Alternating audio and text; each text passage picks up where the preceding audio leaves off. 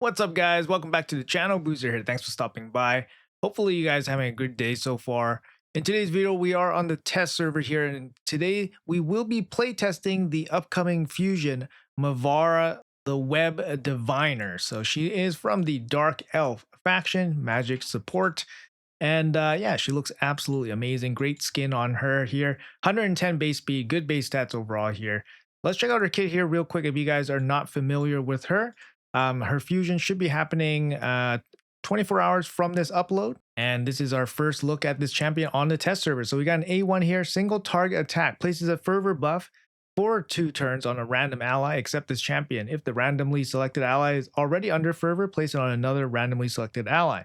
So fervor is a really strong buff. Not many areas in the game where this shows up. It's on a relic and it's on one of the Argonites. I think it might be Palace. They have this buff.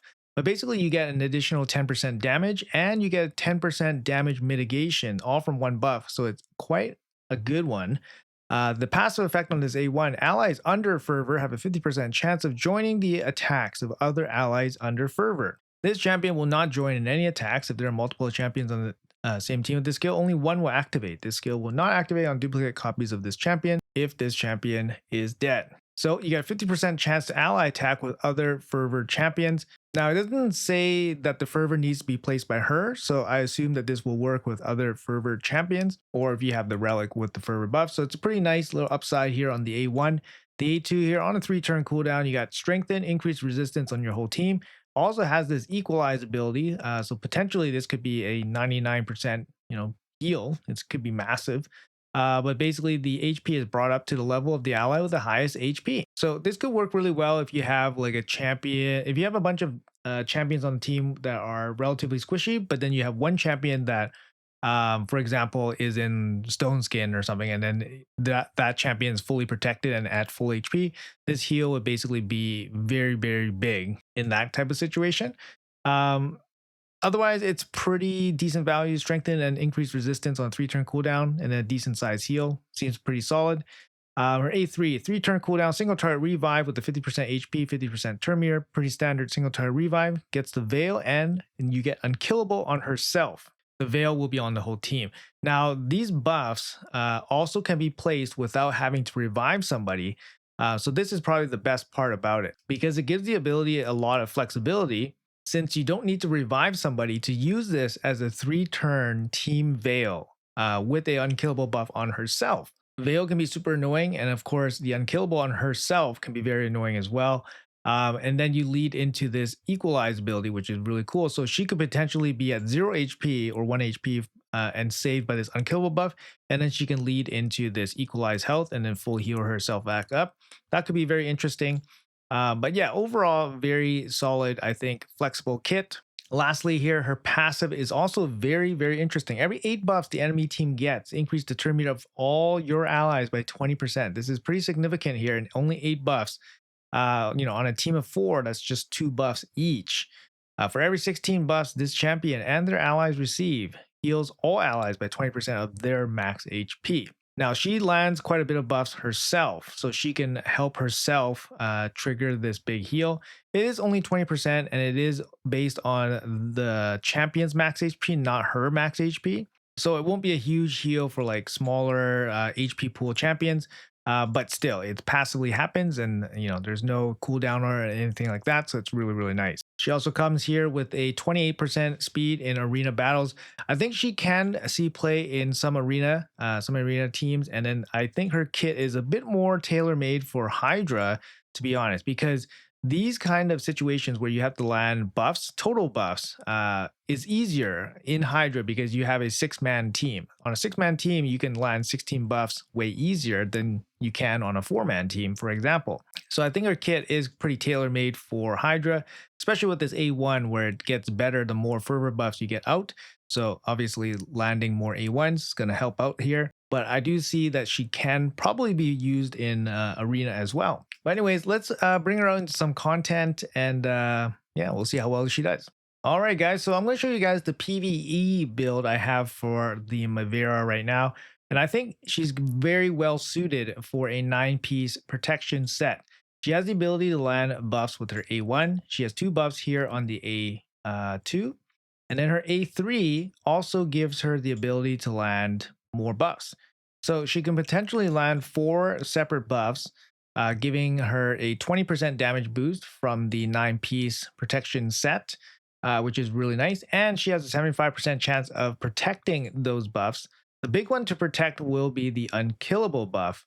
But the good thing about her is that she does bring increased resistance as well, making your team a little bit more sturdy from getting things stripped off. In terms of relic choice, I think go to Perch Shadow. Perch Shadow means you're just when you have the skills on cooldown, if you use your A1, you get a percentage chance to get an extra turn. We have a level 12 here. We get 16% extra percent when we're using our A1. And to be honest, we probably want to use the A1 because the fervor buff's so strong. So we want to use the A1 as much as possible, and getting extra turns to use the A1 is going to be really nice. So I think, yeah, I think this relic works really well for her in terms of relics. We went for max HP growth and we went for reviver, additional HP. Not going to get too much value from these diamond gems, I think, but the Pershal I think is pretty solid for her. It is a epic relic as well. In terms of blessings, if you go for a blessing on her, you don't need accuracy from like a 5-star blessing, but the resistance is pretty nice. I'm going to say that right now. In terms of what blessing to take, for arena, you can definitely make a case for something like lightning cage, just protect your buffs from getting stripped off. You can also make a case for temporal chains. Temporal chains could be interesting, especially paired with the turn meter boost on her passive. The other one would be life harvest. Life harvest could be also very interesting as well for PvP purposes. For PvE purposes, something like the banner could be okay. You're not getting too much value PvE wise. Cruelty, she has 1 attack only. And not many of the relics really help her out for PvE purposes. Perhaps something like Chainbreaker could be useful just to give you some additional protection in case she gets debuffed. But yeah, any of these could be useful as a blessing. In terms of total stats for Mavara, you don't need accuracy on Mavara, which is really good. It gives you a lot of flexibility on how to build her.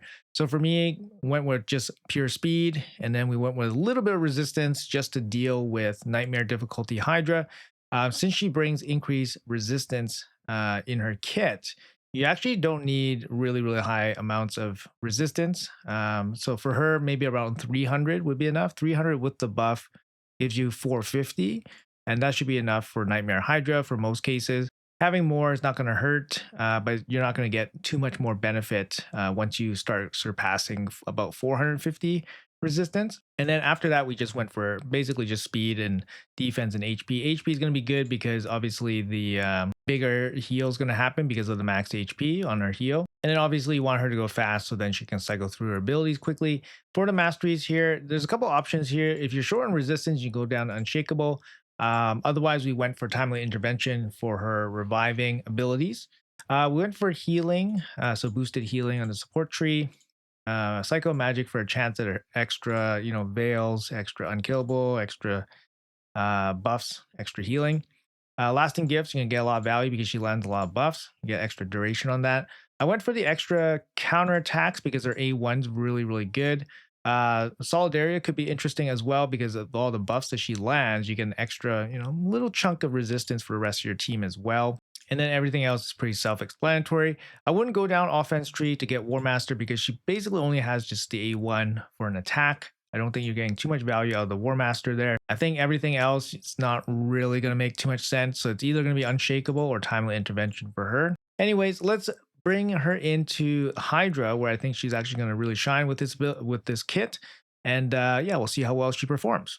All right, we're back with this team here. We got Sulfurion in the lead. We got the HP burn with the turn meter boost.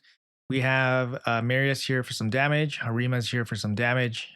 We have Taras here for damage. We have decreased defense and weaken with Lydia. And then we have Mavara here. So she's going to be the reviver. She's going to bring a ton of support. And yeah, we'll see how well this works out. So we got strengthen, increased resistance, or we can go with the perfect veil unkillable.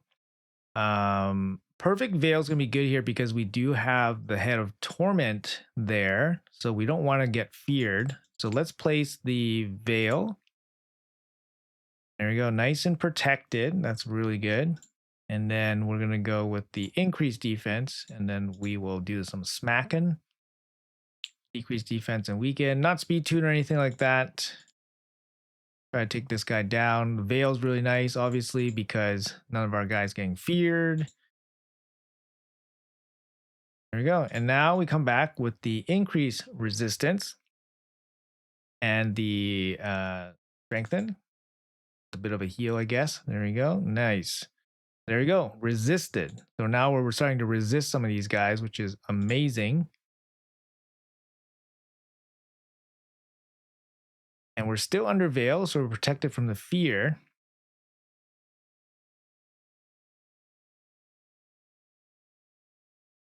Loving it. Loving that support. And here comes the fervor buff. Let's see where this lands. It's going to land on Taras. And we're going to send him in with the A2. 2.7 mil on that hit. It's pretty big. Fervor buff. Going to help him out as well on his big AoE slam. And now we're back to the Perfect Veil Unkillable. Let's do that again. There we go. Perfect Veil Unkillable. And like I said, with the protection set, every buff she lands on somebody, it's going to be an additional 5% damage. So it definitely adds up here.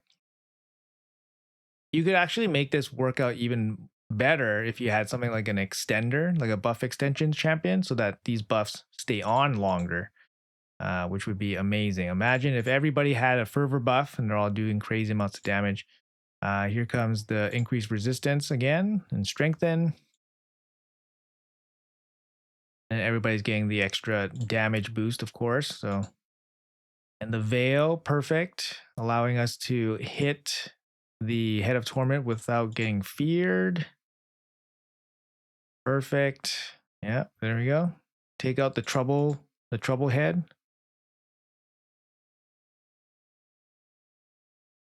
There we go. And now we're back into the fervor buff A1. I want to see, here's the issue, because her A1 allows another ally to attack with another ally with the fervor buff. But it looks like the fervor buff is falling off quicker than she can apply the fervor buff. So unless I don't care about using her A2 or A3 and just use her A1, maybe we'll just try that for a second here. So we just use the A1. Okay, we got an extra turn here. Let's use the A1 again. Okay, now we have 3 guys with the fervor buffs, all right? I don't want to see them in action here.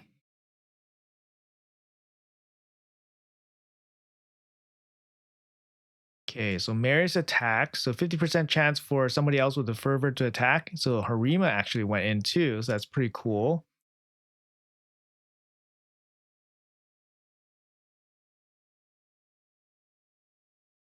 There we go. And the fervor stacks, they're gaining duration here. All right, let's do some more here. So the A1 from Harima goes in, 50% fervor. Both of them are attacking. That's sweet. That's super sweet. Do I want A1 again? Let's do the increased resistance part. And Mary's comes in with the attack, and then fervor. Nope, no fervor hit this time. Let's see. So fervor on the A1. Nope, nothing. A1 again. I think she brings quite a bit. Her A1 boost damage. The increased resistance, surprisingly very useful, guys. Very, very useful stuff. As you enter, a bit later into the game, start getting some blessings on your champions, the stats start really adding up. So you might be surprised at how well your team does with just the increased resistance. Obviously, we have crazy amounts of areas to add resistance nowadays with like relics and stuff like that. Relics, blessings, Great Hall, empowerments, faction guardians. There, even Taras, resisting the buff steel there, and he has increased resistance. So All right, back into it. Increased resistance as well. We killed ourselves with the reflect damage. Okay, sorry, I didn't see that. But it gives us a chance to use the revive. Let's say like we could use the Sulfurion revive, but here we'll use the revive from the from Mavara. Oh, we killed Taras too. Oh no. There you go. Fervor buff. Resisted. That's really nice.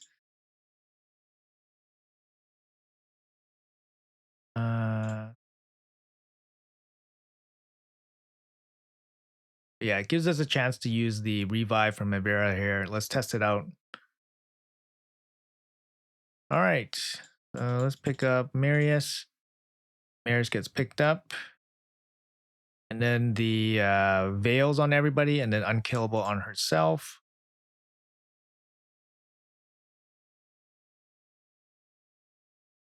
I mean, I'm happy with this performance. I would definitely, if I didn't have that many options, she would be a great option for Hydra, I think. She's bringing tons of utility for this team. Damage boost from the A1 Fervor, damage boost from the 9-piece protection. She's a reviver as well, which helps with like auto teams. Goes a long way, right? Here's this another revive here on Taras. Yeah, and the Perch Shadow I think works really well, guys. Oh, there's no Hex on this team. That's why. There's no Hex on the team, so we're not doing as much crazy damage.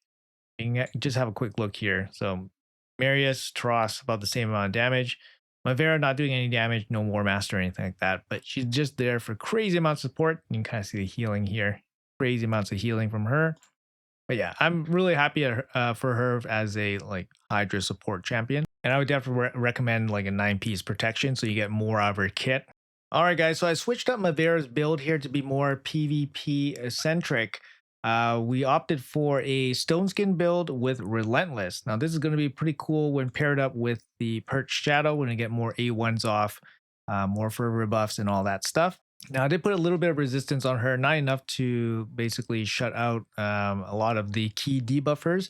But when she has increased resistance, it's going to make it a lot more viable. We mainly focused on speed and just bumping up some of her HP and defensive stats. Nothing crazy here. Like these are still decent late game stats, but they're not like end game, super end game stats or anything like that. We do have Relentless paired up with the 1-turn Stone Skin.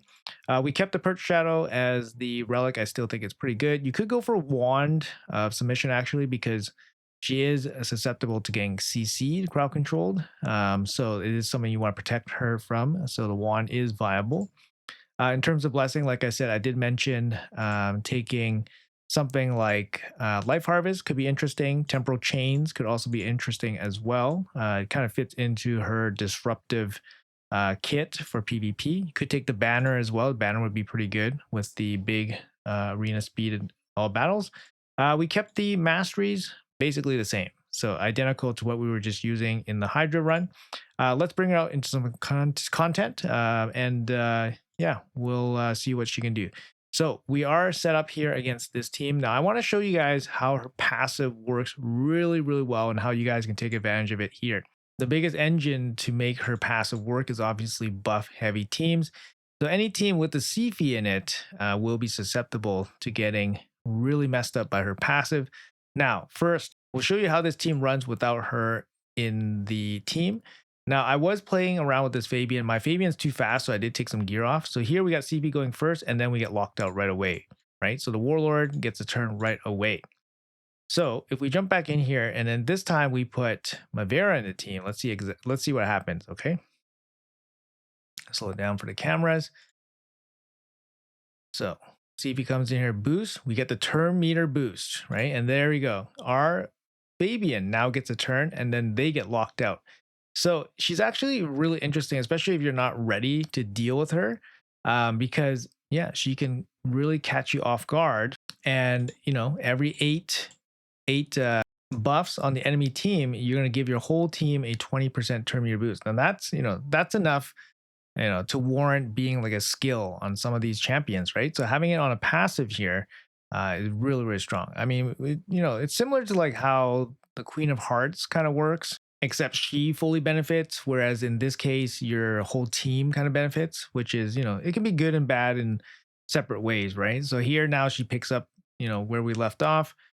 We can just go into the increased resistance with the strengthen and the heal if we want to. And then we can go into and then we can start doing our stuff, right? They're fully locked out and we're just going to blast them and then he's just going to die. So that's one way to use him. It's really actually interesting. Same kind of situation here. Again, we can target this CP. We don't even have a speed lead coming into here. But yeah, she does have a 20%, 28% speed lead, which is amazing. So in this case, unfortunately, the Armans was fast enough to fall in line with the CP, so we weren't able to cut in there. But I mean, just a simple rejig, you can definitely make it work. So for example, we'll use the smaller speed aura of Fabian, and then we'll get this most likely to work here. So she's going to boost, and then our passive still not giving us the turn. So we can try again. This time we'll use the bigger speed aura. We'll use her speed aura, and then let's see if that makes the difference, right? So CP comes in boost. We get 20%, 20% turn boost, and there we go. Now we are cutting in. We get the turn. We'll lock them out, and now we're going to control this fight. I think. Yeah, we can control this fight. Sure, why not? And then we'll blast everybody. Yeah, some stuff happened. Oh, then we get the revive back. All right. And then we got an extra turn, which is pretty sweet. Let's go there. We can kill her.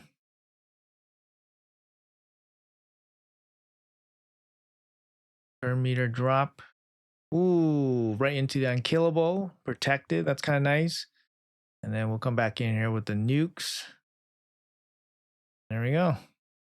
Yeah, but one of her weaknesses is getting CC'd. So, Sifi's sleep is special, right? It's irresistible. So we do have some resistance, and then we did have increased resistance as well. But because Sifi's sleep is irresistible, then we're not going to be able to do anything about that. All right, let's jump in here. Let's try this team. I'm not sure if we're going to be fast enough here, but if we're not fast enough, then we can just put on some more gear and we'll try our best. He's going to boost. We're not fast enough. Not fast enough. Let's come back in here. Put some gear back on Fabian. And then we'll go back in. We'll put the boot back on. Where's the boot? This one. All right, let's try again. Okay. So Terminator boost. We get to 20%. Still wasn't enough. Crazy. Must be a pretty fast team, right? The reset. Now we're locked out. Got our stuff stolen, which is nasty. Got slept.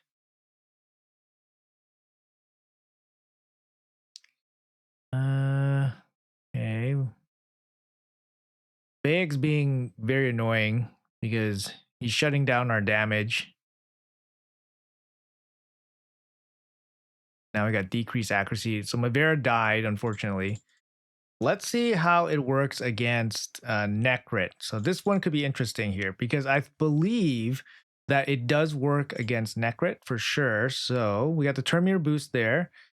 Well, they got a bunch of buffs out. Hold on. So we got 2, 4, 6, 8, 10, 12, 14, 16.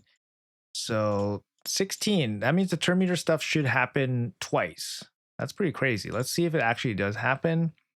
We should see Terminator twice popping off on everybody here. Terminator boost. I saw Terminator once. 2, 4, 6, 8, 10, 12, 14, 16. Should pop off twice, I think. Let's try one more time. But yeah, it definitely works really well against Necrit. I'm pretty sure it works well. I'm pretty sure it works against like Magma Shield, Stone Skin, and stuff like that. So those are considered buffs. Let's look for the turn meter boost. Turn meter boost. It looks like just one time there. A little bit not the best, I guess, but all right. So here, let's do the unkillable stuff. Veil. This makes it a little bit more difficult for the predator to really kill somebody. So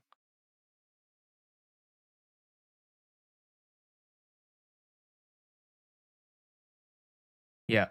So right into the unkillables. That's pretty nasty, right? Plays pretty well against the pred. Got extra turns here. Yeah, anyways, you guys get the gist. But that's really cool, right? You get to start off right away with the turn meter boost for your whole team. So you don't actually need somebody with CFE, you just need them to have, a lot of shield to start. So here, like we can try it against this Chris. Chris places shields on everybody, right? So that's 4 buffs. And yeah, that's not enough to get the boost. So that's just 4 buffs. Let's try something else here. How about this team? Nieme is going to give 4 block damage buffs right away. And there's a turn meter boost right away. So yeah, for sure it works with the block damage, magma shields, 2, 4, 6, 8, 10, 12, 14. But yeah, it's really cool. So we only have to take a turn and we're already boosted up 20%. So this is going to be really helpful for teams that perhaps struggle to go first, for example. At least gives you an option, right?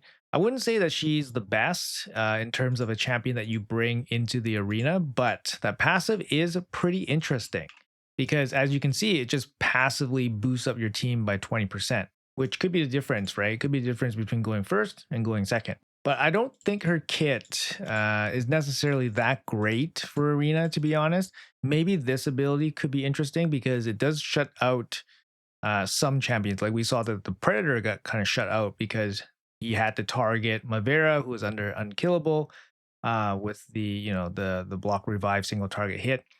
But he couldn't really do anything about that. Increased resistance and strengthen. I mean, it's not crazy in PvP, but the heal's nice. And same thing with the A1 fervor buff. Again, it's very nice, a very nice buff, but you're not going to get crazy benefits from this over a short fight, right? A lot of times you don't even use the A1. If she had perhaps a turn meter boost on this ability, not necessarily the same ability, but if she had a turn meter boost in her kit, that would have been, I think, a little bit better, right? Because she got turn meter boost on her passive and then turn meter boost on her kit. Then then you can run a really, really slow team and then you can give some more options for team building there. But even if her passive goes off for 20%, you still need a relatively fast team. You kind of saw that I was kind of juggling my gear around a little bit just to catch up to the other team because they were so much faster than me. So you still need a relatively fast team, right, for this to actually work. But anyways, guys, let me know in the comments below what you guys think about Mavara the Web Diviner. Personally speaking, I think she's actually very, very decent. She is in a faction with a lot of revivers, the Dark Elves and stuff. And then we just had a fusion with the Dark Elf Reviver, Naldula. And I think she might be better in some spots, to be honest. But Mavara, I think, is very, very useful. She definitely impressed me quite a bit with her usage for passive in the arena. I didn't think that she was going to be very useful in arena, but this passive, I think, is very interesting, paired up with a nice speed aura as well, and a little bit of an annoying, veil unkillable ability here. Could make her viable in some team build. But I think her main spot will be the Hydra.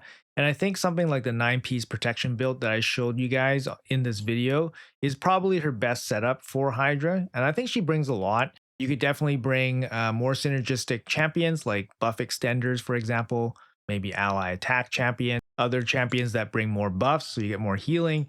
But yeah, you could bring a more synergistic team than what I brought for sure. But I think our main spot's going to be Hydra. For Chimera, she could make a case there as well because she does bring increased resistance, and that does handle one of the trials for the Chimera. But personally speaking, oh, and you get the Veil, so the Veil could help you clear some of those other trials as well.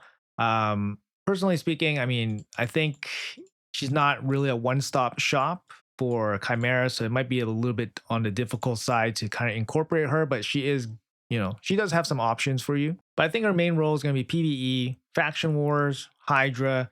If you have a team for her for arena, go for it. I think she's definitely viable there as well. It's nice that you don't have to build accuracy on her, so she's actually a pretty decent champion to have starting off in the game, so you don't need crazy gear on her. Just build her with speed and HP, and then you're good to go. Her built-in plus resistance in her kit means that you don't need crazy resistance on her. And yeah, I think she's overall solid. I think she performed pretty well, and she did impress me in PvP. Anyways, guys, like I said, let me know in the comments below what you guys think about Mavara the Web Diviner here. Let me know if you guys have any cool ideas about where you guys would use her, what kind of builds you guys would put her in, for example. Best of luck going for her. She's going to be a hybrid fusion, so you have to collect fragments for 4 epics and then fuse those epics into Mavara. Time limited champion, because once the timer is gone, then you can't fuse her anymore. So yeah. So just be prepared for that, and that's going to be happening about 24 hours after the time of the upload. Once again, thank you guys so much for watching. Appreciate your time. Let me know in the comments below what you guys think about her. Have a great day, and I'll see you guys in the next video.